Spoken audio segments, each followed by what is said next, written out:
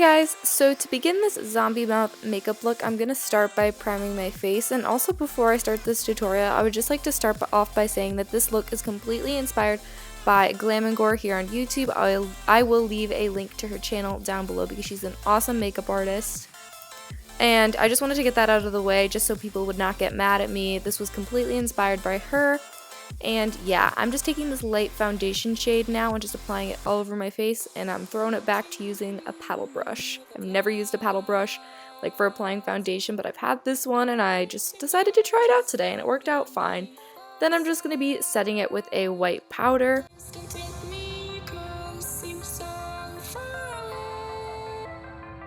And then, even though I'm going to be looking like a zombie, I want to have nice brows. I just folded my brows really lightly, and I kind of did them a little messily today, just to add to the effect. Then I'm going to be taking the shade Mauve from my Lorac Pro palette, and I'm just applying this all over my crease as well as onto my eyelid. I'm also going to be taking this underneath my lower lash line as well as kind of blending this into the bags of my eyes. This is just going to help to deepen it up and kind of make me look super tired and zombie-like, I guess. And then I'm going to be taking this Bitten eyeshadow by Makeup Geek, and I found that one way to really make this look more zombie-like, I guess, is to blend out with your fingers because it'll give like a really smudgy look, kind of. And then I'm going to be taking this more red shadow, and I'm just going to be going over my crease with this, and then I'm going to be going in with my Carbon Black mascara by L'Oreal and just applying a coat of this to my upper and lower lashes. This is completely optional though. Now it is time to start with the mouth, and I just started out by outlining it with my NYX Jumbo Eye Pencil in the shade Milk. This is optional, but I just didn't know where I was going to put it.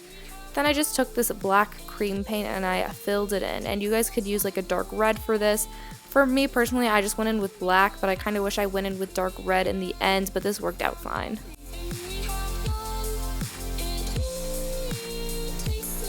Then I'm going to be using the stars of the show, which is cotton balls and liquid latex.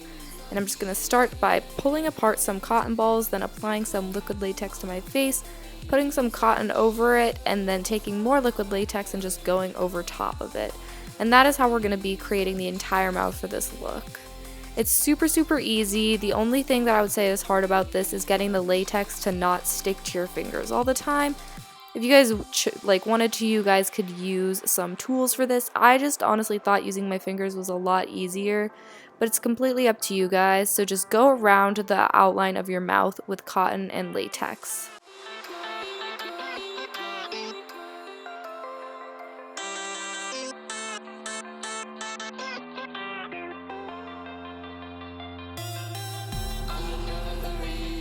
Once you're satisfied with your cotton and latex, you guys can start pulling apart at it, and this is going to create like the caged kind of mouth.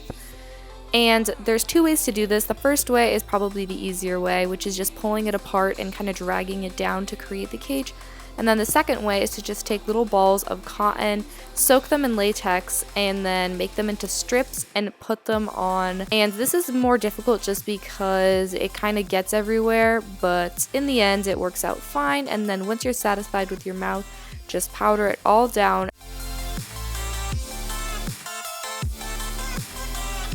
Then take either some brown face paint or some brown cream contour. In my case, I'm using just this cream contour kit by Anastasia and applying this all over the mouth in just the white parts where the latex is and the cotton.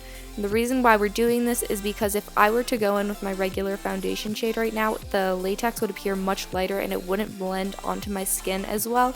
So going over with the brown first just kind of helps to tone it down. So then when we go over it with our foundation, as I'm doing here, it's going to blend in with this tone of my face more, if that made any sense at all. Then I'm going to be extending kind of like where the cage is, and I'm just going to be doing this by taking that same black paint as before and just making some spikes, and then I'm going to be creating some bruising around the mouth, going in with the shades that we did before, which is the Mauve, Bitten, and that other red shade that we went in with, and I'm just going around the mouth with this and taking the darker shades and focusing them more towards the mouth, and then taking the lighter shades that I used and kind of blending it more up. Then I'm just going to be going in with some gray shadows, and this is going to be kind of making my face look really like deadly, I guess, and it just looks super creepy in the end. And then I'm going to be going in with one of my favorite bloods, which is Bloody Scab. This is just from Spirit Halloween, and it works out fine. I think it's really good actually, and I'm just going in and I'm taking a sponge to apply it, as well as just applying it with a brush. Either way works fine.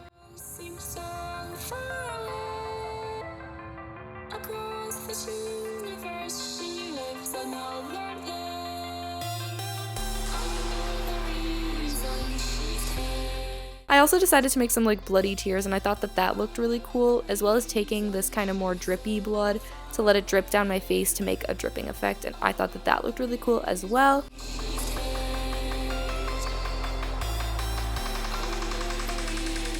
And then once you're satisfied with your blood amount, this look is complete.